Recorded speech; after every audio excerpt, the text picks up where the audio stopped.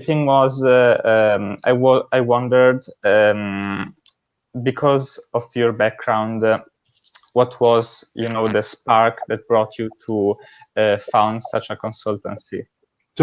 So it goes back to what I mentioned early on about the value of innovation.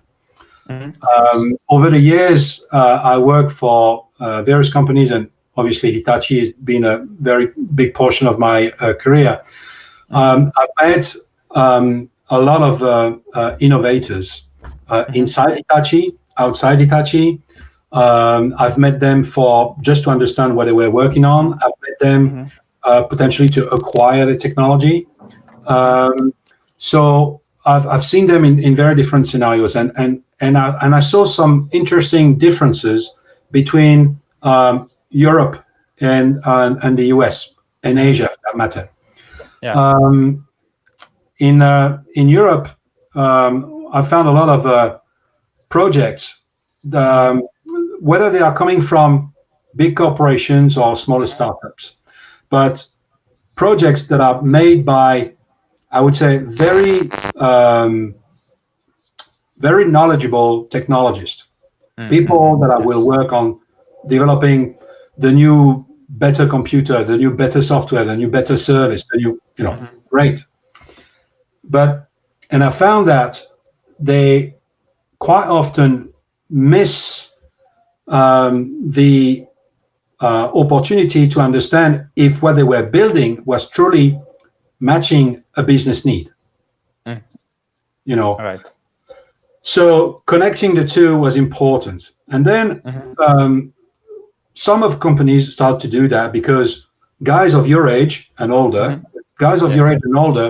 now understand that they need multiple skills at the core of a startup. So instead of all coming from the same engineering school, you will have a business guy, a marketing guy, an engineer guy, and they're going to get together and they're going to try to work on something to take care of those things. But without experience in the market, it's difficult for finding funding, so that's it. But then once you succeed, it's not because you've done it once that you can repeat that exercise. And very often companies that have been successful at dealing with innovative matters once cannot repeat the process, or it gets diluted, or so they forget about the learning curve that they should go through in order to be able to capitalize on what they've done and move forward. And I've seen this many times. Very often I've met great technologies looking for funding, looking for opportunities to develop themselves outside their country of origin. It's true for a lot of European startups wanting to go to the US, and for US startups trying to come to Europe.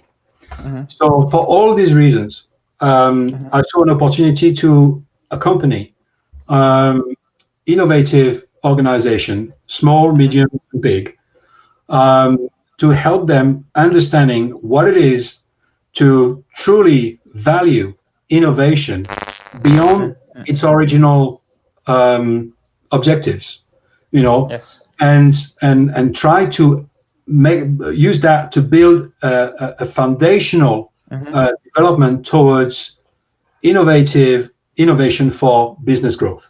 And that's very different. That's very different. So I helped companies doing this, and I helped them moving forward also to embrace the first steps of business development, go in the market and meet the customers, meet the potential partners, to find channels for their technology, for their solution, for their service, for their expertise, and that has proven to be interesting so far. COVID is COVID, and has slowed things down for everyone. But people keep innovating, and they need guidance. So this is why. But my if you want, my incentive and my motivation came from a market analysis that I did over the years to realize that maybe we can help we can help European companies in particular to be better at promoting their innovation capabilities. And that's very different, by the way, than what you see in the US. Yes. Plus, in Europe, we are scared of failing culturally. Yes. Culturally, we don't like to fail. I know everybody learns about fail fast attitude, things like that. It's more easily said than done. Yes. You know, admitting failure is a difficult process for our Latin cultures in particular. So we have to do something else about this and learn from it. Whereas in the US, if you're looking for funding on your startup, for example, the people bringing to use seed money or venture capitalists or angels, or they will ask you first how many times you failed. You know, this should be part of your curriculum. If you tell them, "Oh, I've never failed," they might not trust you. Yeah. You know, it's a very different thing. So for all these reasons, we have a cultural gap in our approach to success around innovation. Yes. And a lot of this has been driven by what we've seen, especially in the tech industry, the IT industry coming from the US. The influence of China and Asian countries will modify a little bit this moving forward, because they are more willing to cede for the longer term than the Americans. So that is also something to take into account. But you know, we have to learn to fail honorably, learn from it, and move on.